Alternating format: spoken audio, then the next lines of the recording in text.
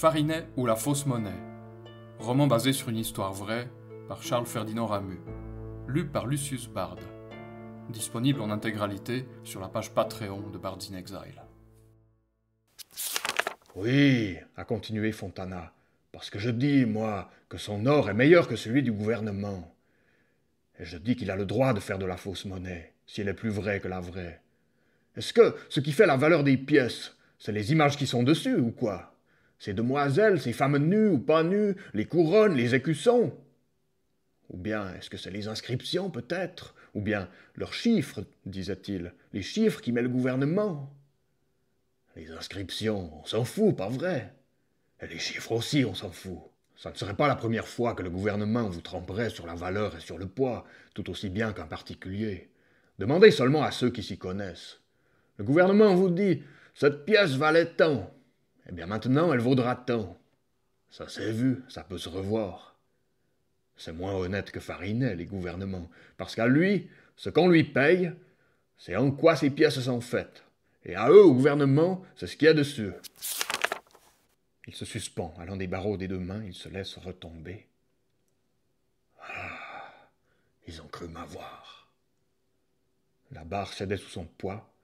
Ah, ils ont cru qu'ils allaient me garder encore 6 mois dans leur galère. Ils ne savaient pas qui je suis. Le roi d'Italie non plus, Humbert Ier, ne le savait pas. Eh ben, il l'a su. Déjà Farinet passait au second barreau, ne sentant même point que le sang lui coulait le long du bras jusqu'à l'aisselle. Le second barreau venait de céder également. L'un et l'autre faisaient maintenant une sorte de crochet à la courbure inclinée vers le sol, laissant tout juste au-dessus d'eux la place qu'il fallait pour passer. Une place réduite, il est vrai, et même réduite à l'extrême, où on ne pouvait engager le corps que dans le sens de la longueur, mais ça le connaissait un peu. On n'a pas couru la montagne depuis tout petit sans avoir appris comment faire. Puis la liberté l'attendait là, tout près, et entrait jusqu'à lui avec la lumière de la lune, lui disant « Tu y es presque, Farinet.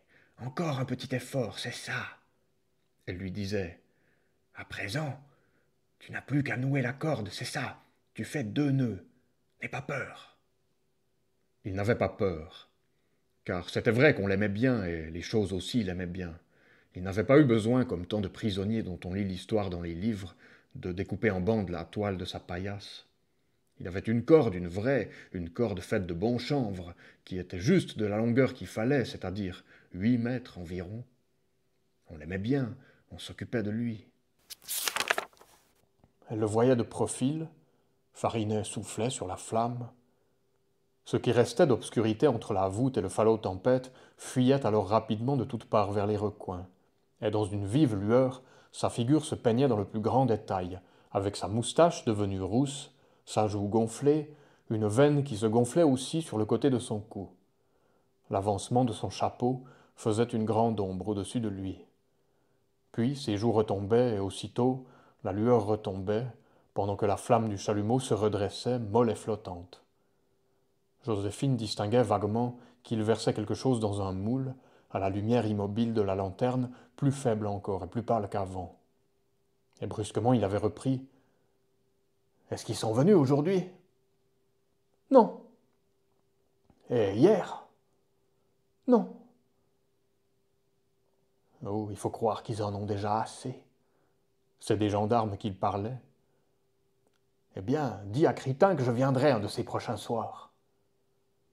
Mais encore une fois, il n'avait pas été plus loin, parce qu'il s'était remis à souffler, tandis que la lueur grandissait encore une fois, projetant sa personne au-dessus de lui à la voûte, mais toute difforme et énorme, et sans cou ni tête, bien que nettement marqué sur tout son contour. Puis tout s'est éteint de nouveau. Tout juste si on pouvait la voir maintenant, elle, étendue même gris que la roche et que l'ombre, d'où elle sortait pour y rentrer presque aussitôt, et elle ne semblait s'avancer que pour revenir en arrière, debout et immobile, les mains croisées sur son tablier, immobile encore tout un grand moment contre la paroi. Mais la petite douleur lui avait passé de nouveau sous les côtes, comme quand on a du rhumatisme, comme il arrive aux vieilles gens quand le mauvais temps va venir. Et, dans le désordre de ses pensées, elle se disait « Mais qu'est-ce qu'il a ?» Elle se disait Est-ce qu'il y a quelque chose qui ne va pas? Il ne m'a pas embrassé, il ne m'a même pas dit bonjour. » Combien de temps s'était passé, il n'aurait pas su le dire. Il fut même un moment sans bien savoir où il était. Il n'avait pas encore ouvert les yeux, et dans sa tête pleine des fumées du rêve, il n'y avait pas de place pour la réalité. Il se demandait « Où est-ce que je suis là ?» Il s'est répondu d'abord avec tristesse « Aux galères, aux galères à Sion. » Mais une bouffée d'air frais lui ayant passé en ce même moment sur la figure « Ah non, au chalet !» se sentant heureux dans son cœur. Puis tout change encore une fois à cause d'une odeur de pétrole dont il venait d'avoir conscience. C'est que le falot tempête s'était éteint, faute d'aliments. Et la tristesse revenait pendant qu'il se dit « Ah non, je suis dans la grotte !» En même temps, il touchait quelque chose de tiède à côté de lui. Puis tout à coup, il abaissa ses yeux. Alors elle avait été là. Alors il l'avait reconnue. « Ah oui, se disait-il, c'est elle. Ah oui, elle est revenue avec les provisions. » Il a été triste de nouveau. Il s'écarta d'elle légèrement à cause de la chaleur de ce corps qui était trop près du sien. Il pouvait la voir indistinctement, il avait pu voir qu'elle dormait. Sa grande respiration tranquille soulevait régulièrement sous la couverture de laine brune sa poitrine, comme quand une horloge bat. Une fois, 2 fois, un coup, encore un, et du milieu du bruit de l'eau venait aussi le bruit de son souffle, qu'il entendait tellement il était près d'elle. Il s'en irrita tout à coup, il se disait « Elle est là. Elle est encore là. Quelle heure est-il » Le père sage avait été à l'armoire dans la cuisine. Sous une pile de vieux linge, il y avait une boîte de fer qui fermait à clé. Il la tenait sur ses genoux. Le feu éclaire toute la pièce à cause des branches sèches de mélèze ayant encore leurs aiguilles qu'on venait de jeter dessus. Où il se voyait tout entier, le vieux, qui allait chercher dans la poche de son pantalon son porte-monnaie. Et parmi les pièces de monnaie, il y avait une toute petite clé, celle qu'il a utilisée l'ayant prise entre ses vieux doigts. « Car tu es un peu comme mon fils à présent, et on ne sait pas ce qui peut arriver. Eh bien, tu vois ça? C'est un certificat. Eh bien, tu vois, il est signé. Ça, c'en est un autre. » Il me tendait les papiers, je les ai lus, et il me disait « Ce sera à toi quand je serai mort. Ça ne regarde pas la justice. » Alors, sous les papiers, il y avait des morceaux de pierre jaune.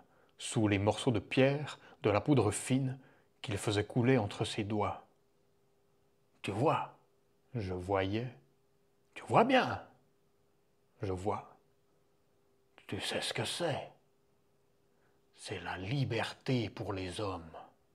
Un de ces jours, j'irai te montrer où on la trouve, cette liberté, dans les rochers. » Alors, à son extrémité d'en bas, on voit une femme qui court, puis une femme s'est mise à sa fenêtre. « Venez vite, Baptiste! Oh mon Dieu !»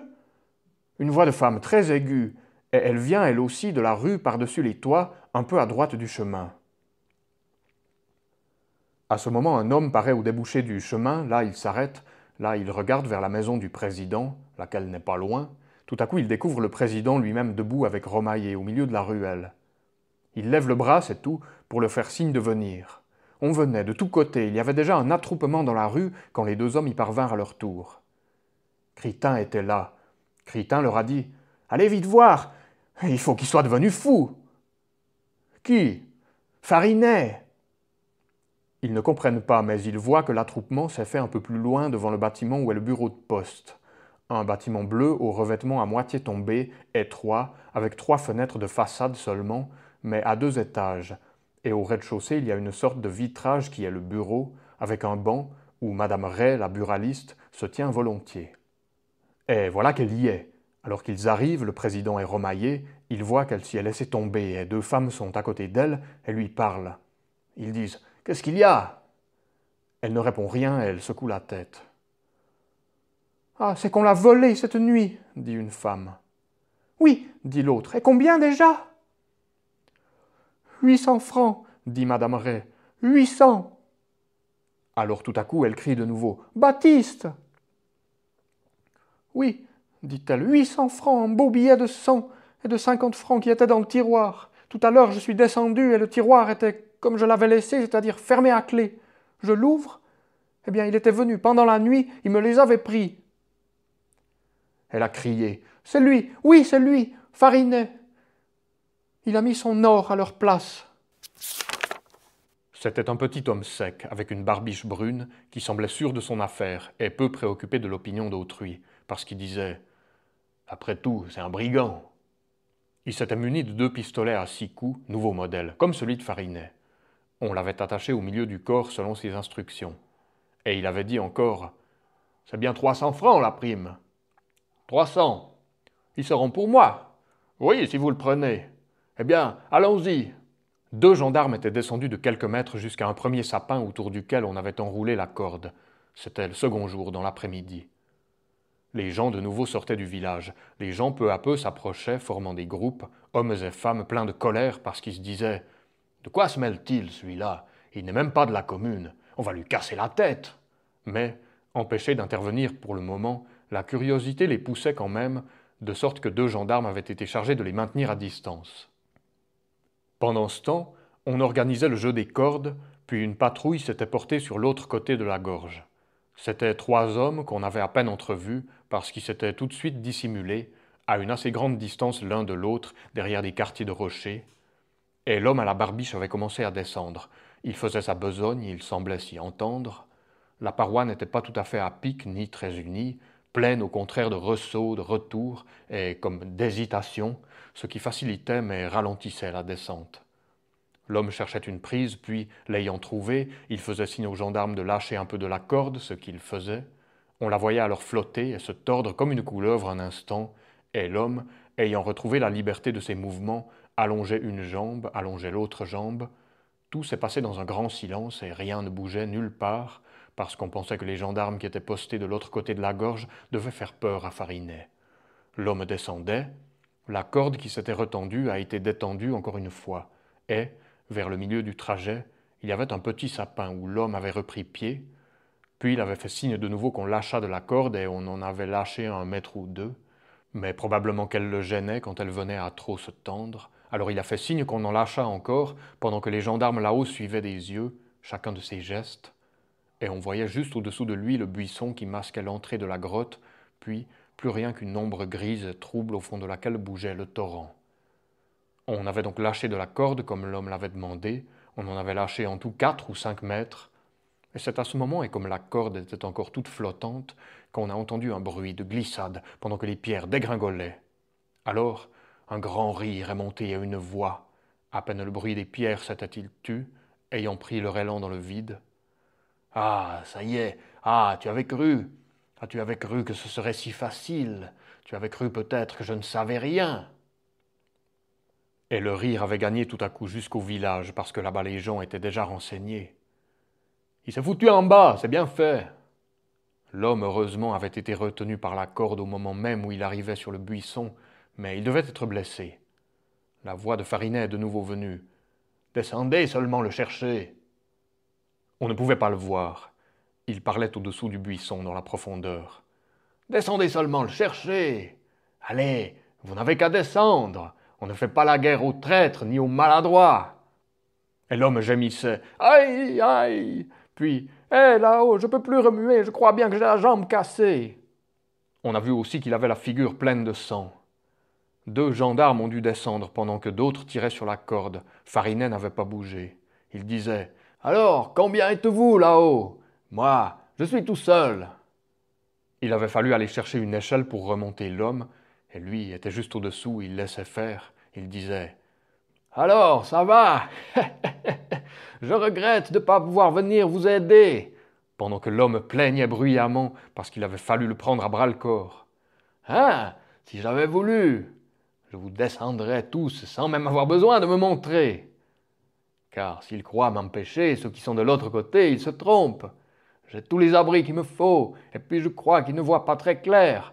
Allons, tirez seulement. » Et il tendait son chapeau à bout de bras. Un coup de feu éclate. « Raté !»